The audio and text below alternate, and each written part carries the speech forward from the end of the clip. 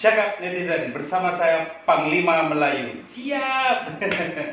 Oke, sore hari ini menjelang siang baru ya, Bro. Ya. Siang menjelang sore hari ini saya berkunjung ke kantornya Bro Lawyer MS Lowong. Bro Mirwansyah. Hai. Halo, How are you, Bro? I'm fine. Udah lama nggak jumpa, Bro ya? Iya. Jadi sudah lama nggak berkunjung.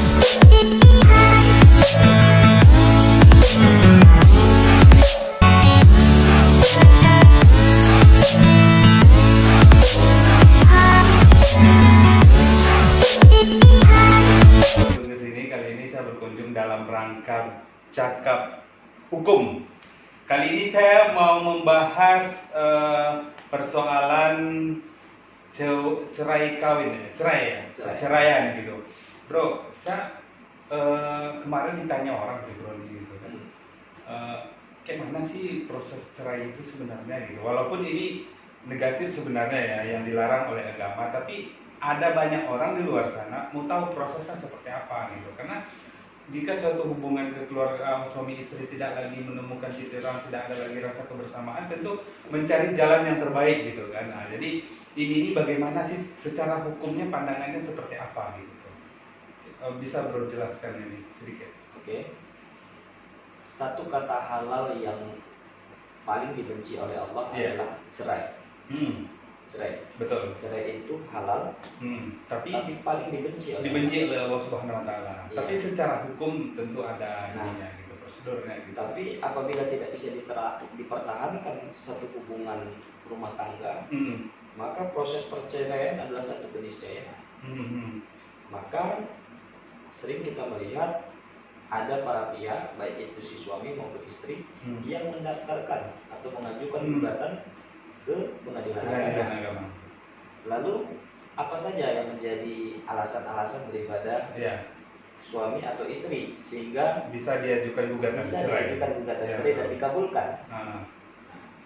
Sebelum kita masuk pada pertanyaan itu, tentu yang pertama dikenal dua istilah di pengadilan agama. Nah, jadi di pengadilan agama ini adalah khusus yang beragama Islam.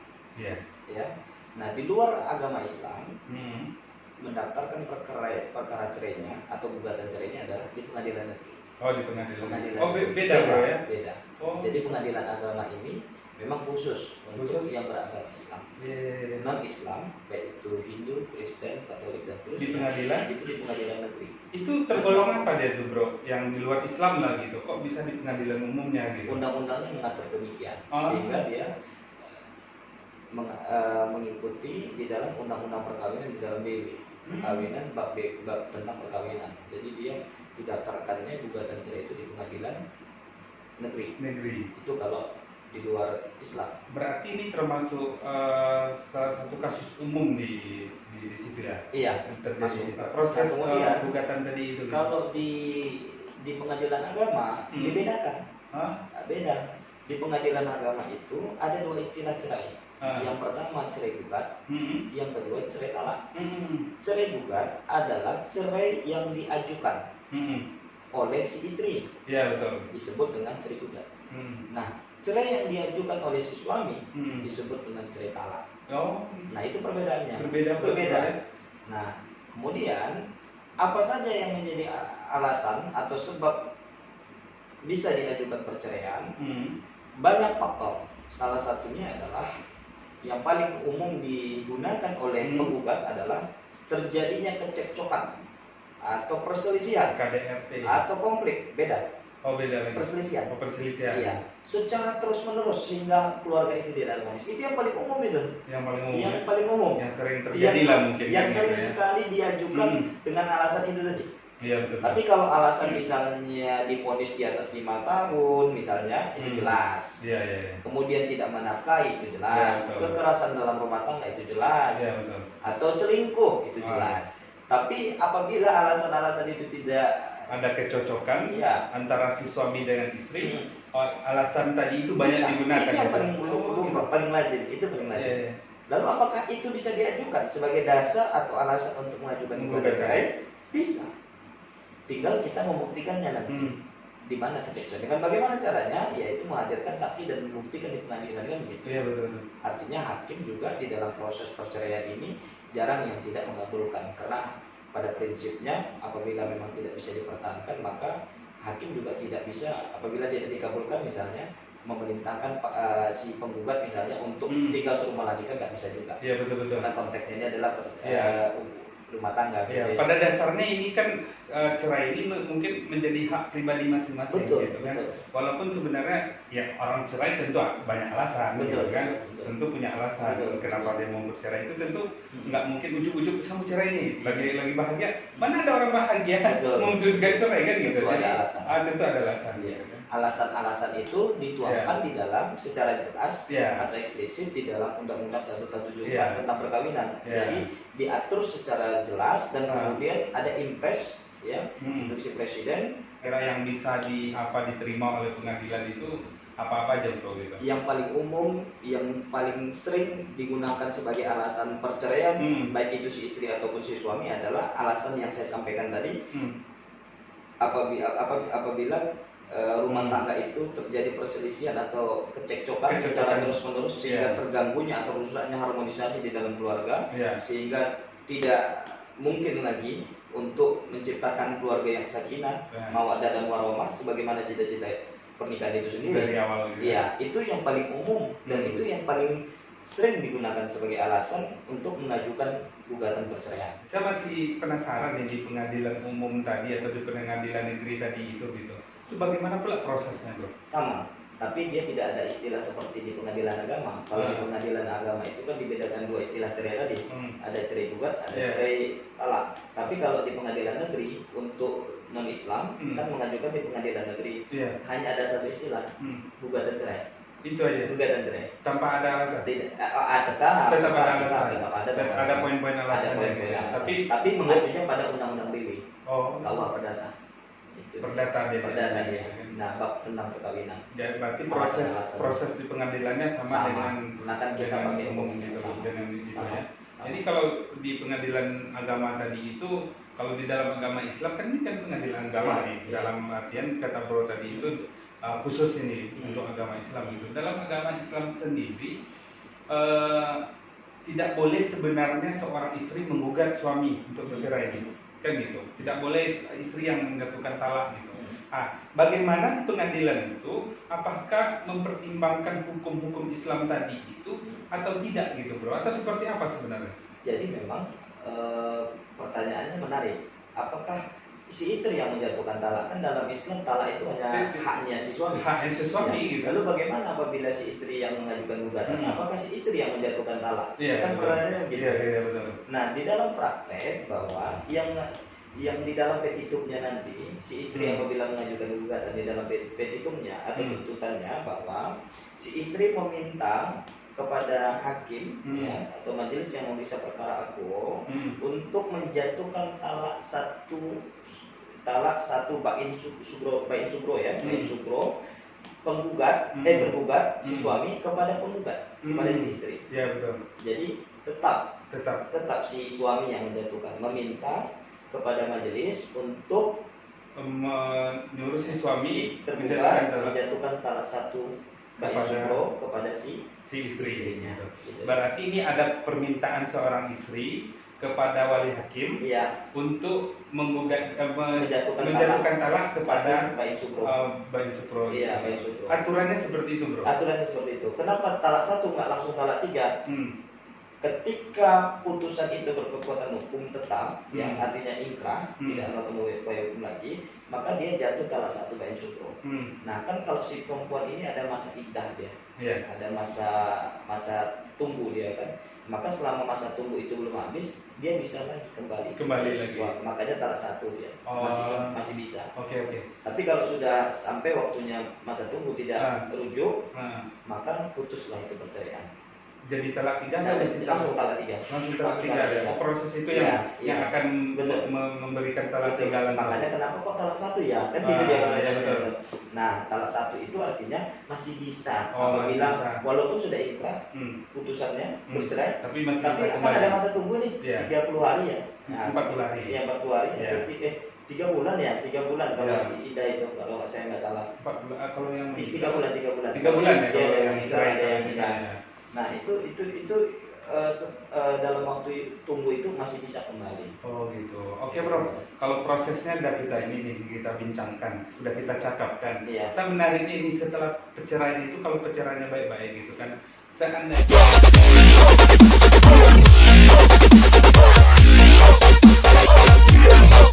gitu, harta gono gini yang akan diperebutkan baik dan juga hak asuh anak gitu. Betul. Ini jatuhnya nanti seperti apa gitu? Apa ke penggugat yang menggugat duluan atau seperti apa nih prosesnya? Kalau untuk saya jawab satu ya. Yang pertama saya jawab tentang hak asuh anak Hak asuh anak dulu. atau hak dona. Ya, Hak asuh anak atau ya, hak hak asuh dona. anak dulu.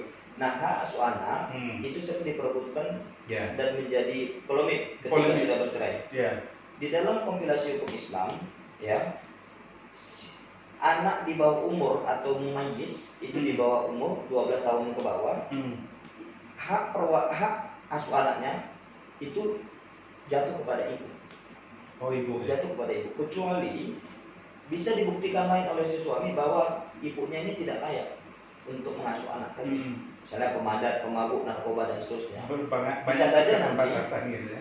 banyak inilah yang memang sesuai dengan kompilasi hukum Islam memang tidak layak untuk mengasuh anaknya tadi. Maka hakim bisa menjatuhkan hak asuh anak kepada si suami.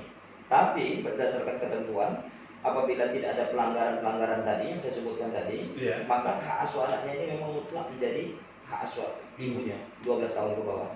Tapi setelah 12 tahun ke atas, maka si anak diberikan hak untuk menentukan pilihan. Untuk anak sendiri diserahkan ke anak, dia mau ikut ayah atau ibunya. Clear di situ. Clear di situ. Ya. Jadi di dalam konteks gugatan, apakah bisa antara cerai dengan hak asuh anak digabungkan gugatannya atau dipisah? Cerai dulu putus baru hak asuh anak atau boleh gini gitu ya? Itu bisa serentak semua. Nah di dalam konteks praktek kita beracara, biasanya yang kita gabungkan itu atau disebut dengan gugatan kumulatif itu adalah gugatan cerai dengan hak asuh anak. Itu yang kita gabungkan. Jadi hak asuh anak sama perceraian sama asuh anak itu kita gabungkan. Itu bisa. Kenapa HB nggak bisa atau gono gini atau harta bersama tidak bisa gabung? Karena harta bersama ini agak rumit pemeriksaannya, butuh waktu yang cukup lama, sehingga prakteknya kita putus dulu hak cerai sama asuh anaknya atau cerainya, kemudian kita gugat harta bersamanya. Karena harta bersama ini perlu gugatan sendiri karena waktunya cukup lama. Oh berarti itu berbeda, karena tidak sekalian dengan polemik perceraian itu tidak dengan ini. Nah, aturannya seperti apa? Aturannya boleh. Oh, aturannya boleh gitu. Cuma ini terlalu lebih amannya. Lebih gitu. aman. Ini yang paling sering digunakan dalam praktek. Oh, gitu. Gugatan cerai sama asuh anak putus dulu, setelah berkekuatan hukum tetap baru dia gugat harta bersamanya. Oh gitu. Baru kecuali mungkin, ya. Kan kecuali mungkin memang tidak ada yang baik-baik berpisah, tapi ada kesepakatan mungkin, oke lah kita cerai gitu kan, oke kita bagi sama-sama, sekalian aja, mungkin tidak boleh ribet, itu dibolehkan Pak? Boleh. Dibolehkan boleh. Kalau itu namanya penyelesaian secara mediasi, itulah yang diharapkan tanpa mendaftarkan gugatan ke pengadilan. Artinya secara kekeluargaan ya sudah kita bagi saja. Cuman kan umumnya mereka tidak terima karena mungkin ada yang menguasai, kebanyakan kan terjadi polemik gitu, makanya terjadi ini kan gitu kan. Iya. Tapi kalau dengan cara baik-baik, kesepakatan bersama bahwa kita cerai nih, kita harta apapun anak asuh anak ini, harta kita bagi dua, atau kita serahkan ke anak karena kamu mengasuh anak, kamu yang lebih banyak, umpamanya dari 100% harta yang dipunyai itu mungkin 70%-nya untuk si istri karena dia anak, tapi tidak gini bro. Kalau sudah harta bono gini tadi itu dibagi, apakah si ayah masih punya tanggung jawab terhadap anaknya? Dalam artian menafkahi? Harus. Tetap harus. Makanya di dalam konteks nafkah juga dimintakan. Makanya kalau si suami yang mengajukan gugatan, istri banyak menuntutnya nanti dalam gugatan rekonvensi. Dia bisa minta muta, idah, dia bisa minta banyak-banyak, dia minta banyak hak-hak yang bisa dimohonkan kepada majelis. Karena kalau misalnya ini belum dikabulkan atau belum ditunaikan, hak-haknya ini misalnya sudah diputus nih, tapi tidak ditunaikan oleh si suami sebagai penggugat, ini nggak bisa ikrar talak ya. Jadi nggak bisa ikrar talak, jadi nggak jadi. Jadi gini bro, jadi kita tunggu aja si istri yang menuntut cerai gitu kan? Bagus. Biar lebih aman. Lebih aman. Karena kalau istri yang mengajukan gugatan, kan biasanya hak mut'ah idahnya itu dimintakan tuh nggak dapat. Nggak dikabulkan karena yang jarang dikabulkan gitu ya. Jadi kalau diminta, ya kayaknya berarti si ayah tadi masih mempunyai tanggung jawab terhadap nafkah. Wajib nafkah. Iya, biasanya dimohonkan dan kemudian nanti ada sesuaikan besaran gajinya atau penghasilannya, lalu nanti ditetapkan berapa besaran yang tanggung jawab si ayah untuk menafkahi anaknya. Kenapa? Karena dalam konteks cerai hidup, si orang tuanya ini wajib menafkahi anaknya, wajib, karena dia kan tidak dibagi harta bersamanya pada anaknya. Kan bukan warisan, kecuali warisan baru dibagi. Oh gitu. Iya. Nah, dalam konteks ini saya tambahkan di dalam pasal 35 Undang-Undang 1 tahun 74 tentang perkawinan itu mengatur tentang harta bersama. Apa yang dimaksud dengan harta bersama? Harta bersama adalah harta yang didapatkan di dalam perkawinan. Nah, selama masa sepanjang tidak ada pemisahan harta antara si suami dengan istri ketika melakukan pernikahan, maka hartanya menjadi satu. Baik itu harta bawaan suami maupun harta bawaan istri. Jadi melebur menjadi satu, maka harta tersebut menjadi harta bersama. Tapi apabila ada pemisahan, maka harus ada perjanjian pranikah namanya. Tapi sepanjang tidak ada perjanjian pranikah, maka itu melebur menjadi harta. Walaupun umpamanya si suami sebelum menikah itu dia udah punya kayak rumah, kayak punya mobil gitu. Setelah menikah mereka pakai bersama gitu. Dan tidak ada perjanjian, itu menjadi harta bersama. Walaupun kalau tidak ada perjanjian. Betul. Nah, yang satu lagi saya tambahkan, meskipun katakan misalnya yang bekerja adalah suami, dia yang mencari nafkah, dia beli ini semuanya, dia beli rumah, dia beli mobil, dia beli kebun. Kalau itu tapi ketika dia bercerai, itu tetap bagi dua. 50%. Kalau persoalan itu tuh mungkin lebih mudah kita mengidentifikasinya. Cuman kan kadang praktek yang saya alamin kan kadang si istri dianggap ini rumah saya yang beli, itu yang paling banyak bro. Nah, kalau mungkin selama perkawinan itu dibeli, ya si suami nggak berhak berbicara seperti itu, karena tentu dengan kesepakatan perkawinan itu kan jelas istri itu dinafkahi oleh suami gitu. Yang kita mau kaji ini, si suami membawa barang waktu dia masih lajang, harta-harta dia lajang, tapi tidak ada perjanjian gitu. Mungkin itu yang jadi persoalan yang kebanyakan. Tapi juga di luar itu yang sering terjadi adalah karena dia yang bekerja, dia yang mencari nafkah, dia yang membeli rumah, mobil, baik itu dalam perkawinan, itu juga dia merasa bahwa itu jadi persoalan juga. Dia menganggap bahwa ini hasil pencarian saya, jadi payah, Anda keluar aja dari rumah gitu. Bisa cerai, kan itu maksudnya saya bilang. Itu yang paling sering terjadi. Dan ini pemahaman buat si istri itu harus diminta. Walaupun makanya saya sebutkan tadi pasal 35 tadi. Itu poinnya. Itu memang suaminya udah menyalah gitu. Seharusnya memang sudah menjadi hak bersama waktu dia mencari kan gitu. Oke bro, menarik sekali saya rasa perbincangan bercakap-cakap kita kali ini, luar biasa pemahaman hukum. Sebenarnya kalau sebagai apa nih bro, penutup apa nih bro? Lebih apapun persoalan rumah tangga kita, bahwa tidak ada yang rumah tangga menyatukan dua orang yang berbeda, dari gen yang berbeda, dari keturunan yang berbeda, tentu tidaklah mudah untuk mempertahankan rumah tangga. Kita yang satu genetik saja, adik-beradik sering ribut. Apalagi yang dua keturunan yang berbeda, genetik dipertemukan dalam satu rumah, tentu banyak perbedaan yang saling bertabrakan. Tapi bagaimana mendewasakan diri untuk tetap menurunkan ego dan bersabar sehingga cita-cita keluarga sakinah mawaddah warahmah itu dapat kita wujudkan. Poinnya di situ. Artinya cerai itu boleh, tapi halal ya, tapi paling dibenci oleh Allah. Sebaik-baiknya kita kalau bisa kalau memang ada jalan untuk melakukan perdamaian terkait dengan pernikahan itu, maka itu sangat dianjurkan. Kecuali memang sudah tidak ada sudah di luar batas-batas keterlaluan, ya itu menjadi pilihan. Bercerai itu pilihan terakhir. Oke bro Mirwansyah, MS Lopong, sukses selalu. Thank you atas cakap-cakapnya pada siang hari ini. Oke, para cakap netizen, perceraian itu adalah suatu hal yang buruk, tetapi baik jika sesuatu hal tidak lagi kita temukan kecocokan dengan pasangan. Bercerai itu adalah pilihan terakhir. Tapi kalau